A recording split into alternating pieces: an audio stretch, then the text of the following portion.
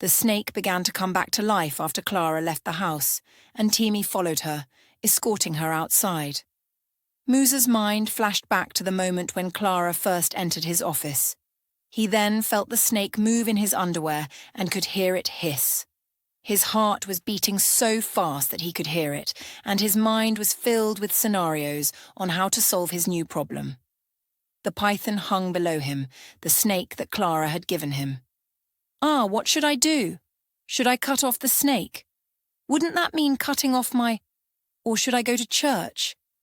I'm not the type to go to church, he thought, already sweating. Timmy returned to the house, smiled and ran towards Musa, jumping on him and kissing him, while Musa tried to calm down and smile too. The snake slithered down, wrapping around his thigh to the point where even Temmie could feel it. What is that? There are only a few days left until the wedding. Calm down, my dear, she said, looking at Mouse's face, which was filled with fear. Suddenly the snake bit Mousa and hissed so loudly that they both heard it clearly. Meanwhile, Clara, driving her car, laughed as she listened to everything Temmie and Mousa were saying. Don't worry, Mousa. I will take good care of you. I really love you, and you are already my husband, Clara said as she arrived at Mousa's apartment. Back at Temmie's place, Mousa was trying to contain the pain, and Temmie thought she could still hear the usual sounds she always heard after that sudden noise. Mousa then heard Clara's voice in his ears. I'm waiting for you, my dear. At that moment, Temmie also heard a very high-pitched snake hiss. Mousa gathered his courage and decided to tell Temmie everything. He got down on one knee, but before he could say the first word, the snake wrapped itself tightly around his legs, and he heard Clara's voice clearly in his head. If you try to say anything, I will make sure your snake tastes the pancakes you had last night, my dear. Mousa stood up then and ran out of the house, leaving Temmie, who seemed confused, sitting on the chair. Clara, on the other hand, was in Musa's house, swimming in his pool, smiling as she looked at the prices of wedding dresses on her phone. Musa, driving his car, sped through the streets while the snake squeezed his legs tightly. When he arrived at his home, he ran inside the building, shouting Clara's name. Clara! Clara! Come out, oh witch! Mousa yelled as he ran towards Musa, ran to the apartment by the pool, and saw Clara swimming. Is this how a good husband talks to his beautiful wife? Clara asked while swimming in the pool. I just met you 3 days ago. How can I marry you without even speaking of you as my wife? Mousa responded angrily. At that moment, the snake slithered out of Mousa's pants, heading towards Clara, pulling Mousa along as he tried to hold it back. Don't be shy, come swim with your baby, Clara said as the snake dragged him into the pool. Back at Temmie's place, she was already worried, calling Mousa's phone, which wasn't answering.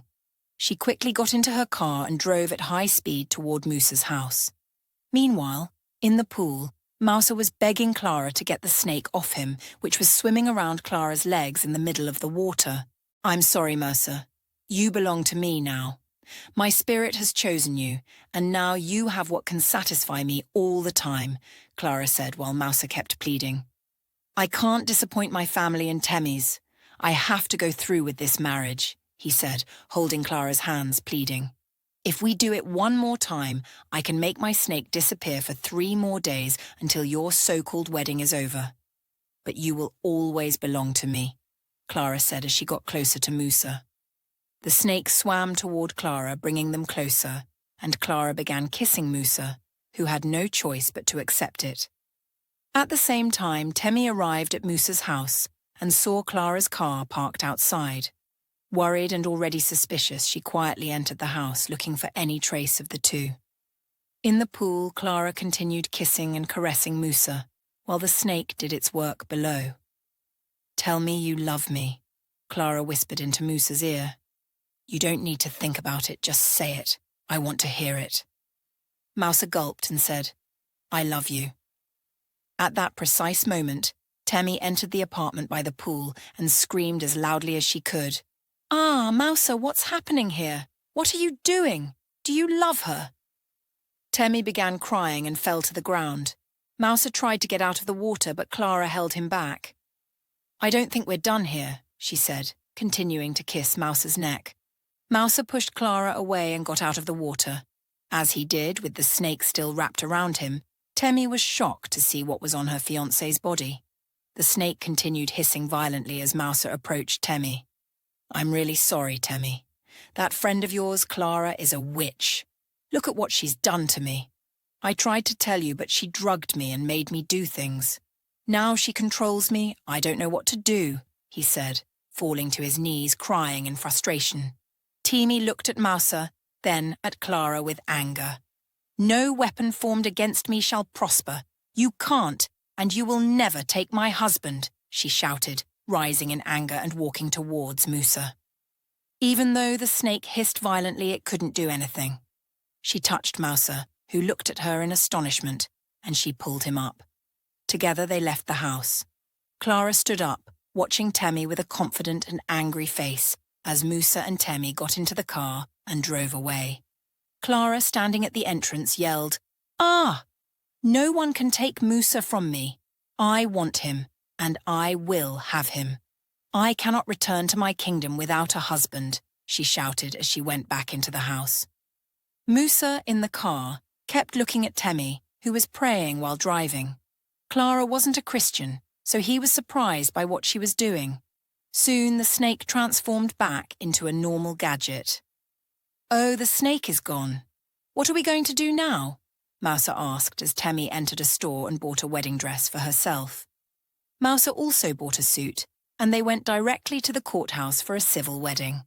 Back at Mouser's place, Clara was screaming in anger as she watched everything unfold.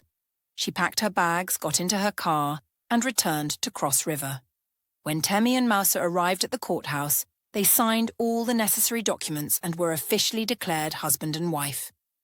Back at Temmie's house, she took out the crucifix and began playing Christian music while Mouser sat, waiting for the next time his device would transform into a snake again. Temmie sat beside Mouser, looking both scared and confident at the same time. "This is entirely my fault. I saw the signs but did nothing. I'm sorry this happened to you, Mouser," Temmie said. "I'm also sorry, my dear Temmie. I was ignorant and foolish as a man, and I allowed a snake to enter my house. I can't even go back there anymore," he said, holding her tightly. "Don't worry. We'll go to the village tomorrow after we finish the marriage at Cross River, and then we'll know what to do," Temmie reassured him. The next day they packed their bags and headed to Cross River, which was Temmie's village. When they arrived, they were welcomed by Temmie's family, and the next day, a traditional wedding was scheduled, just as they had planned. Meanwhile, Clara was also in Cross River, in her river kingdom, delivering the bad news to all the snake women who had been waiting for Clara to bring them a husband. Clara was plotting to get rid of Temmie and have Mouser for herself. On the day of the traditional wedding, everything was going smoothly. Everyone was happy and dancing, while the ritual of the traditional marriage was being celebrated by both families. Suddenly, the sound of chants and drums was heard in the distance.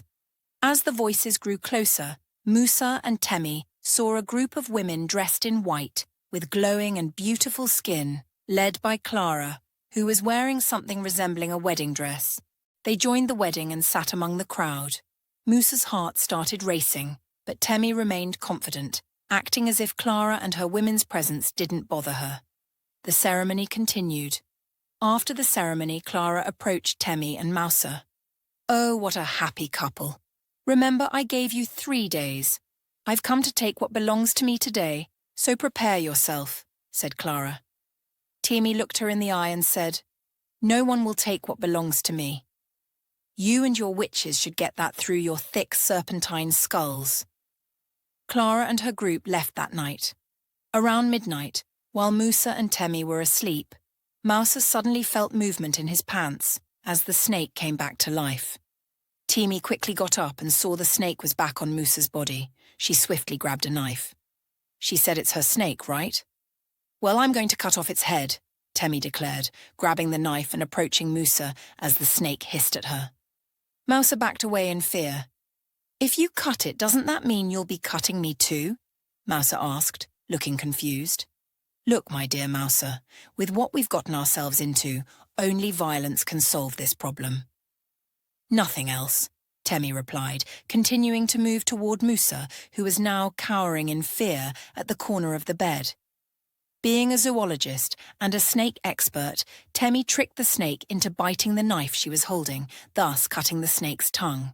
Suddenly they heard a loud noise at their door and fell silent as the knocking continued, but neither Temmie nor Musa responded. When the knocking stopped abruptly, Temmie turned to Musa. "No matter what happens, my dear, the snake has to go tonight," she said. With her expertise, Temmie grabbed the snake by the neck and raised the knife. Just as she was about to cut off its head, Musa suddenly grabbed her neck, his eyes glowing yellow like those of a snake. His face twisted into an evil, beastly expression. "Don't even think about killing me," he said. But Temmie, with her veins flooded with adrenaline and her mind filled with confidence, replied, "Too late, darling." And Temmie pressed with all her strength, cutting off the snake's head. Mouser screamed so loudly that he woke up the entire village, letting out a sound similar to a serpent's hiss, the same sound Temmie had often heard before. Then he stopped, and the door suddenly swung open, but no one was there. Temmie leaned in to check on Musa and saw that he was unharmed, and the snake had disappeared. She then looked out the window and saw Clara's bloodied face reflected on the glass, appearing for only a few seconds before disappearing. Temmie was not troubled and helped Musa adjust and dress properly, even though he was still unconscious. Soon after, family members and villagers started approaching the room, curious about the strange noise they had just heard. When they arrived, everyone gathered, creating a lively scene. Temmie's father saw that Musa was unconscious and urged the men to quickly put him in the car and drive him to the hospital. On the way to the hospital, Temmie wasn't worried because she knew it was all over and everything would be fine. Upon arriving at the hospital and after moving Musa to a room, another ambulance arrived, transporting Clara, covered in blood. Temmie smiled as she watched Clara's unconscious body being wheeled into the emergency room by the nurses, who were discussing something about a snake attack. The next morning when Musa woke up, he saw Temmie by his side. "Is everything okay now?" he asked. Temmie nodded. "Yes, my dear, everything is fine. We can go home now." After spending a few more days in Cross River, they packed their bags and returned to Lagos. Mouser sold his house, and after completing the formalities, he and Temmie flew to Switzerland for their honeymoon. The moral of the story is to be wise and not allow just anyone into your private space. Snakes are very cunning creatures, and when you see signs repeating themselves, do not ignore them. Thank you for watching, and don't forget to subscribe and share with your friends and family. Goodbye.